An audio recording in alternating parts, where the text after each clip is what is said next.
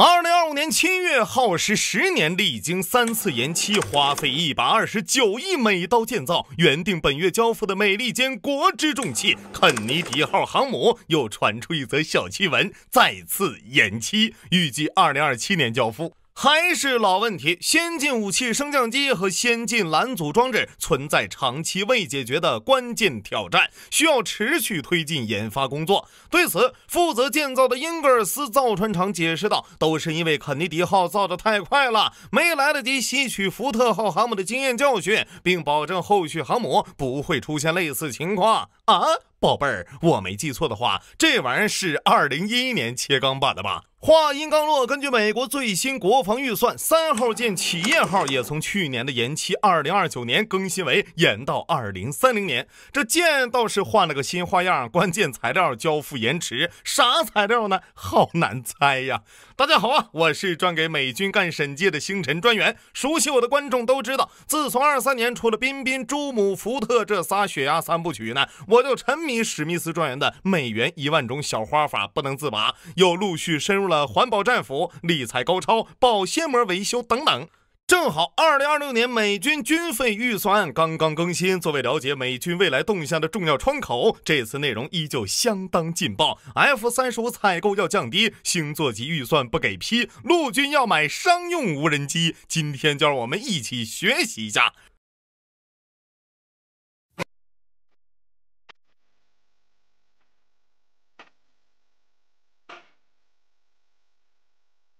Because our soldiers never give up, never surrender, and never ever quit.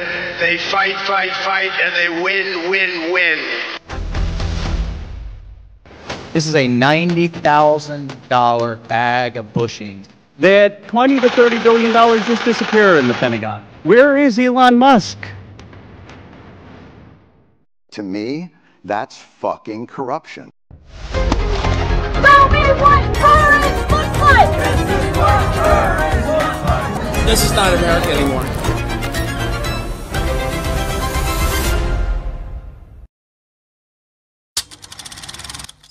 介绍下，该 PPT 是由五角大楼高层和军方领导人组成的小组联合制定的下一财年军费分配方案，然后送交国会审批，经总统预准即可分钱那个是执行啊。既然是申请，就不排除会驳回部分申请。比如2023年的新预算案中，空军申请退役33架 F-22，海军要一次性退役9艘99新的滨海战斗舰，就被老爷们回了句呀西皮。根据今年的报告，2026年美军军费申请总额再创新高，9616亿美元。除了常规的8483亿可自由支配预算，这次还特别新增设了1133亿美元的强制性资金，中意中教绕开传统繁琐的预算框架，专为解决总统确定的优先事项的资金，请各位把恩情打在弹幕上。那这钱怎么花呢？首先是喜提2922亿美元的海军，一个字儿砍。基本造船预算从去年的370亿美元暴跌到208亿，这钱主要用于天字号工程，一艘哥伦比亚级和一艘弗吉尼亚级核潜艇，外加一艘海洋监视船的建造。对，完了啊！好在川皇加钱了，特批265亿强制性资金用于采购额外16艘军舰。更离谱的是，海军6代机 FA-XX 这次仅拨款7400万美刀。我没造过6代机呀，有没有懂行的告诉下够不够啊？而据五角大楼的说法，政府尚未确定是否继续推进海军6代机或星座级护卫舰计划。7400万是维持项目最低限度开发的经费。如果我没记错的话，上一次被如此定义还是朱姆沃尔特，然后他就带着某不懂船老头的祝福，被一刀从32艘砍成3艘啊！前几年我就说，我说这个舰造32艘是不可能的，是不可能的，各方面看都不可能。我有大量的分析了，我说顶多也就造3艘，结果他真造3艘，造3艘以后，现在干脆全干掉了。老朋友星座级护卫舰更是一团糟，2026年预算案直接吵死人。当然了，钱还是小问题，星座级最大的问题还是得先完成设计。根据6月的最新问责局报告，由于星座级频繁修改设计，相较于海军2023年预估的超重500吨，实际数据略有差距，至少超重759吨啊！原话是：随着护卫舰设计进一步发展，军舰重量增加在过去1年变得更加明显。目前，海军正与造船厂合作，以便降低军舰重量。是的，水多加面，面多加水，还在改，不知道的还以为船厂要生个哪吒呢。甚至问责局的老爷们没弄清这759吨指的是总增量，还是在之前500吨基础上又加的。因为海军正在派独立审查小组全面评估生产计划，审查期间拒绝透露任何进度信息，只表态预计今年春末夏初前完成最终设计。不是阿美啊，你不会真要天兵星座下水日，家祭无望告星辰吧？当你以为星座级已经够烂了，但它至少还在造，那我问你，还记得下一代驱逐舰 DDGX 吗？回答我。有消息了，2026预算刚给项目批了1.3亿的研发资金。今年1月，即将退休的项目经理施罗德在庆祝活动中展示了 DDGX 的最新渲染图，它长这样。主炮改没了，但众所周知，小美国造舰不延期，难度不亚于在未带领域战胜梁子。文件夹还没建完，先到的就是开工延到2034年，设计排水量比原计划上涨1000吨，平均采购成本从33亿改到44亿美刀的好消息。申请美元再抛进一个个项目黑洞里，这就是成语元神气动的来源啊！这么看下来啊，关税没赚多少便宜，军费还得加，又那个专项强制资金特批项目，川宝你可真是个天才呀！不错，我是天才，真係咯，天讓你知道你。虽然航母经费黑洞，星座少有超重，项目割肉略痛，吞金不分伯仲。好在3等人陆军正在锐意进取自我改革。今年4月，国防部长赫格塞斯要求陆军全面转型，削减过时的系统，转变为一支更精简、更致命的部队，以击败任何对手。于是，为了减少浪费，2026年预算中，陆军大刀阔斧去除老旧无效的装备项目，首当其冲就是无效的 M10布克。大家应该还有印象吧？这个我之前聊过啊。作为一款2017年招标，前后花了数十亿研发，2024年刚刚服役的坦克风味的步战车疑似物，这一下彻底凉了。原因很简单，这辆轻型坦克太重了。今年4月在训练场通过11座桥梁时，居然压断了8座。对了，2022年陆军刚花11.4亿与通用签订了首批96辆的订单，截至取消合同前已经交付了80多辆，这一下估计只能卖废铁，而且还得给通用赔钱。另一个挨刀的是未来战术无人机系统项目辉鹰增程型无人机，它跟 M10布克一样，也是通用出品，2023年也刚首飞，同样在2024年刚签了3.89亿采购合同。要说设计还算靠谱，最大续航超42小时，配备4枚地狱火导弹，具备卫星通信和自主起降系统。为啥取消呢？空军的理由是由于过时的要求。不对啊，你造的时候没想过吗？我再一查，这玩意儿裸机成本约2000万美元，还不包括传感器、武器系统、地面控制站等 DLC。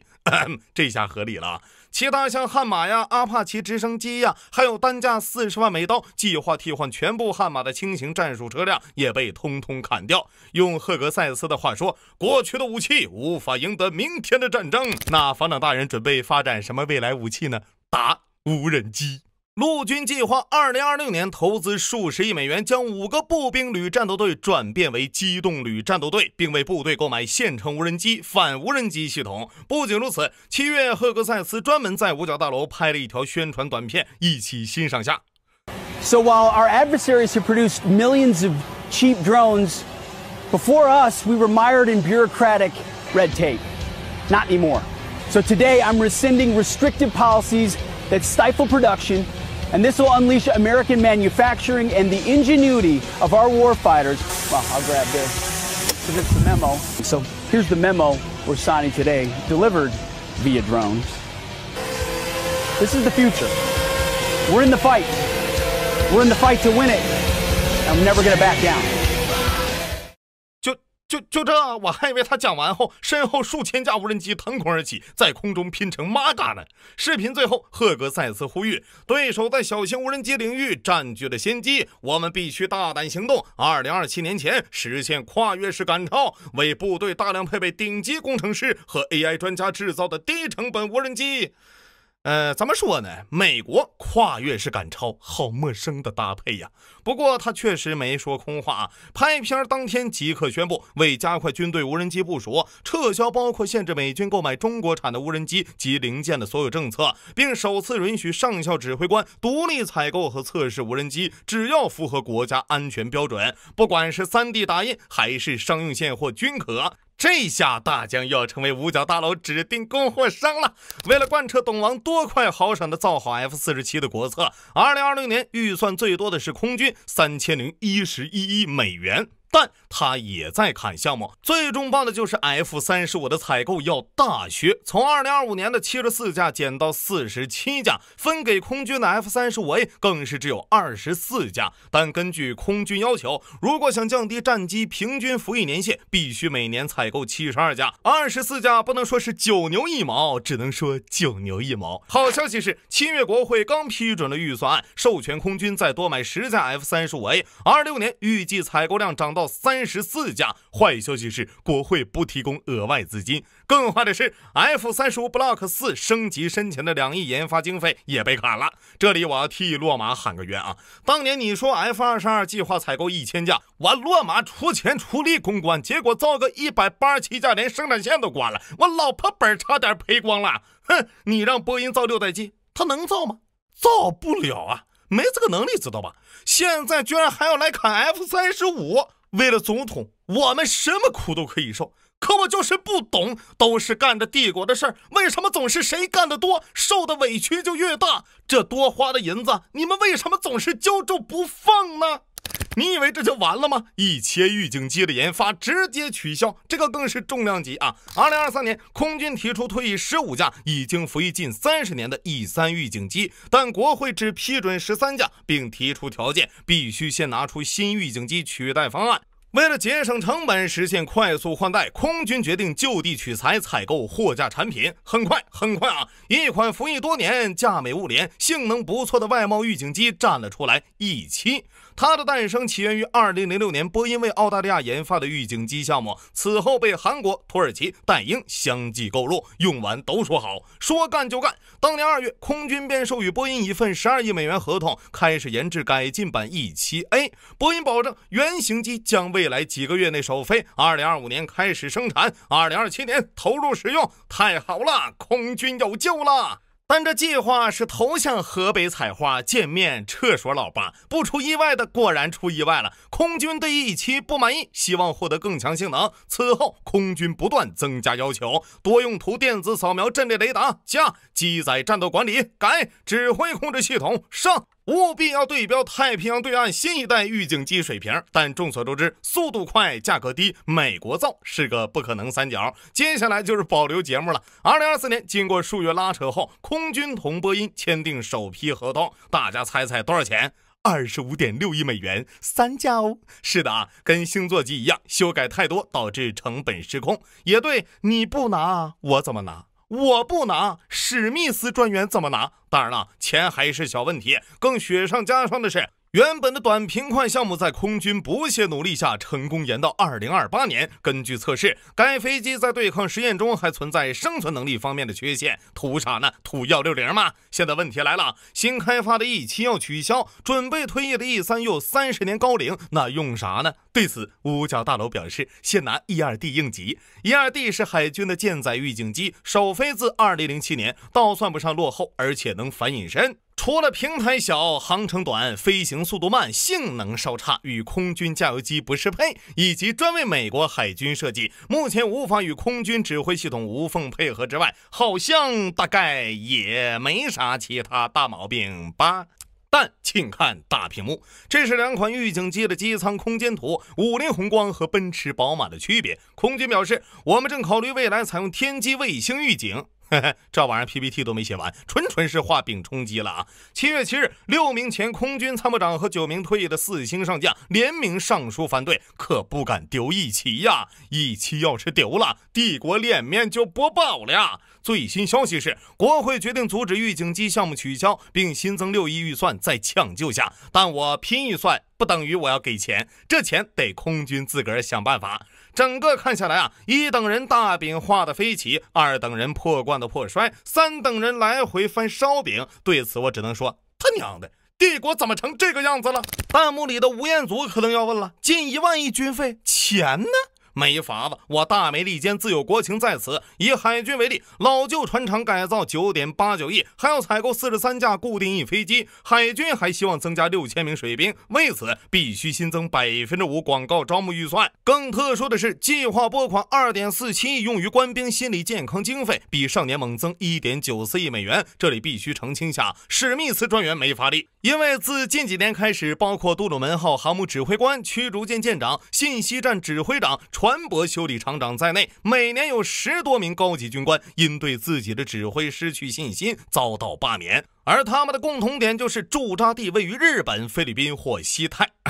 在这嘎达，你确实要注意一下心理健康。别急，还有高手呢！旧军舰维护162亿，以及军舰运营73亿。鉴于斥资37亿美元对7艘原定退役的提康德罗加级巡洋舰进行改造，仅4艘没修好退役，目前多达1艘重新服役的光荣战绩。既然巡洋舰能延寿，驱逐舰肯定也行啊！于是为了把钱用在刀把上，2026预算案中，海军正式为驱逐舰现代化计划申请预算，决定将最早1992年服役的12艘伯克1分别延寿3到5年，也不贵，12艘就花13个亿吧。空军则 all in F-47，仅这一个项目就要了34亿美元。当你以为这是最贵项目时，川皇钦点的金琼导弹防御系统则拿了足250个亿，这个咱们之后单出一期啊。另外，去年下马的高超导弹 ARRW 项目正式拨款重启，6月刚被问责局警告进度严重拖后的 HACM 高超也分了8亿，还要31亿美元采购31架 F-15EX， 至此 F-15EX 采购量已经129架，那交付了多少呢？零头，不是29架，是9架。